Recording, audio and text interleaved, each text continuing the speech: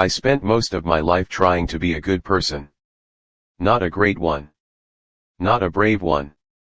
Just good enough to never cause trouble. I learned early what that meant.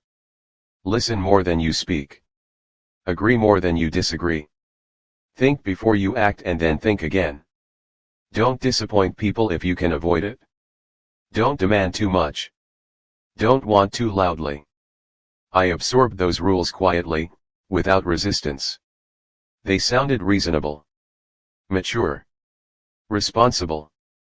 And for a long time, they worked. People trusted me.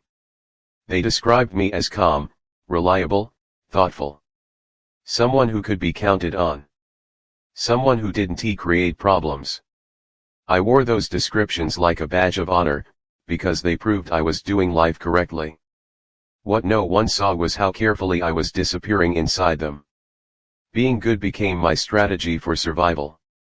If I stayed agreeable, I stayed safe. If I stayed quiet, I stayed accepted. If I stayed flexible, I wouldn't be abandoned. So I adjusted myself constantly, shaping my reactions to fit the room, softening my opinions, swallowing my instincts. At first, it felt like kindness. Later, it felt like habit. I don't remember the exact moment when it crossed the line. When being considerate stopped being a choice and became an obligation. When saying yes stopped feeling generous and started feeling automatic. But somewhere along the way, my inner voice grew faint. I still heard it, just not loudly enough to follow. I told myself this was maturity. That everyone sacrifices parts of themselves to function in the world. That wanting too much was childish. That restraint was strength. And I believed it, because believing it made my life easier to explain. From the outside, everything looked stable. Predictable. I had routines. Relationships. A life that made sense. Nothing was collapsing. Nothing was broken enough to demand attention. Inside, though, something was eroding. I noticed it in small ways. The delay between feeling something and reacting to it. The way joy felt muted, like it had to pass through permission before reaching me. The way anger never surfaced, it dissolved into reasoning instead. I had trained myself to be emotionally polite. I never asked myself what that cost.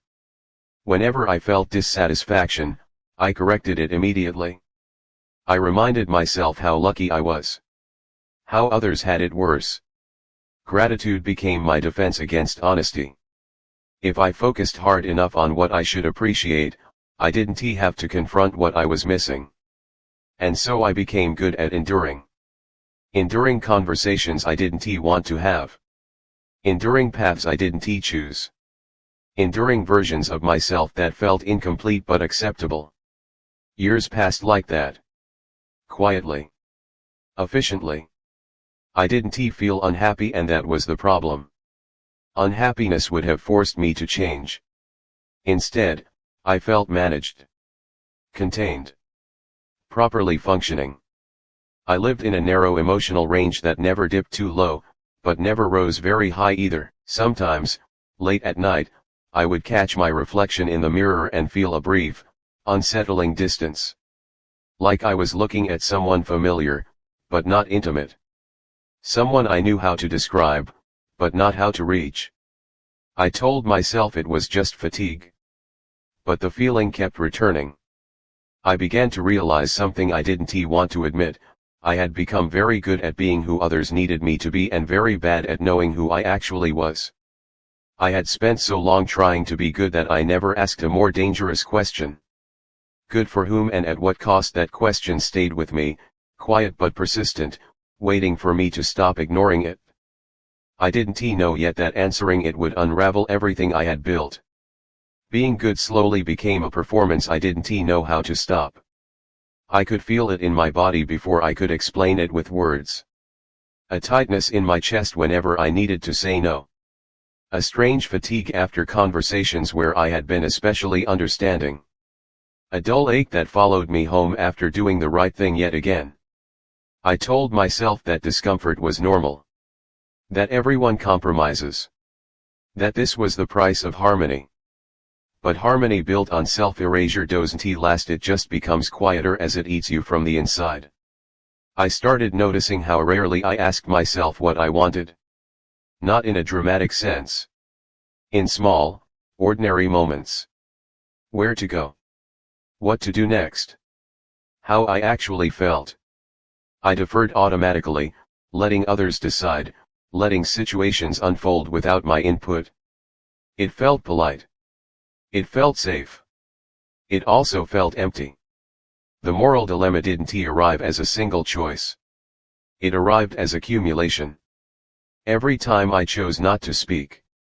Every time I softened my truth so it would be easier to accept. Every time I told myself that my needs could wait. They didn't wait. They stacked up.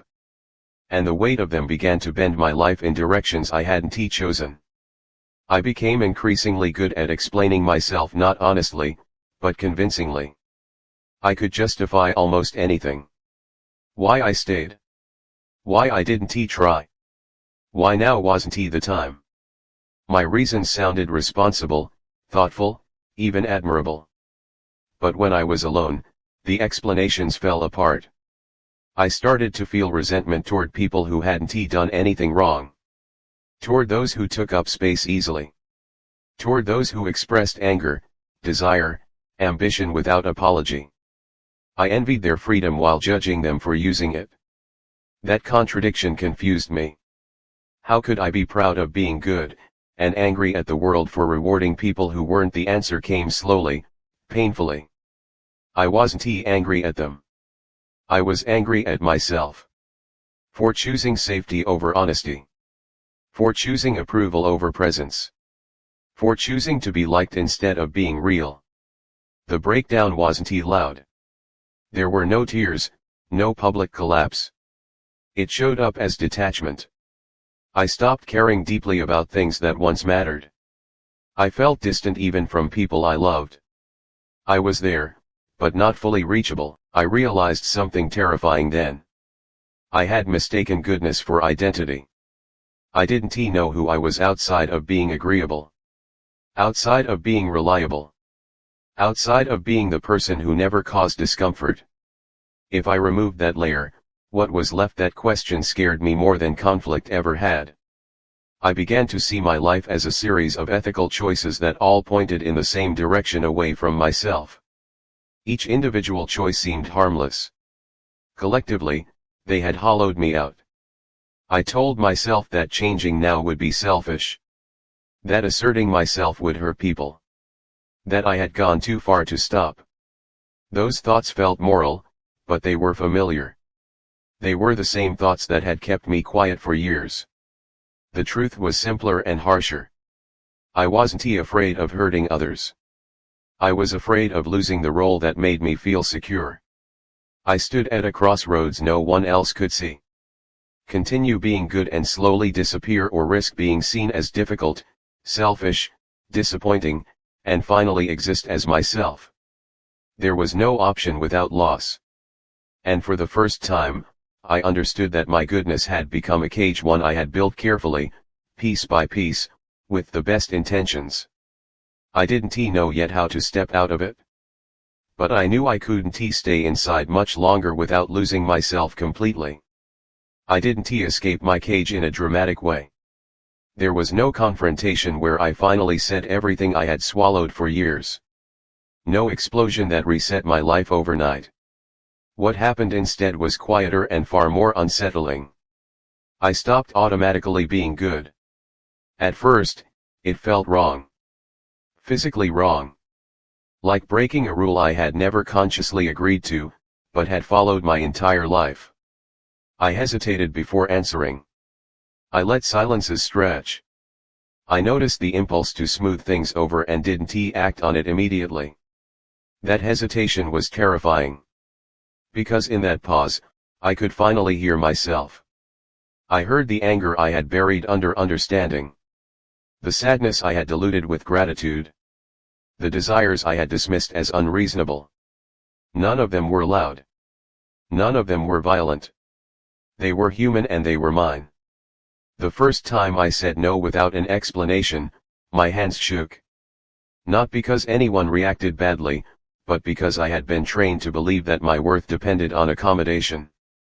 I waited for rejection. It didn't come. What came instead was confusion, mostly my own. I realized then how much power I had given away by believing that being good was the same as being necessary. Some people didn't like the change. They noticed immediately. They asked if I was okay. They told me I seemed different. Less easy. Less flexible. Less helpful.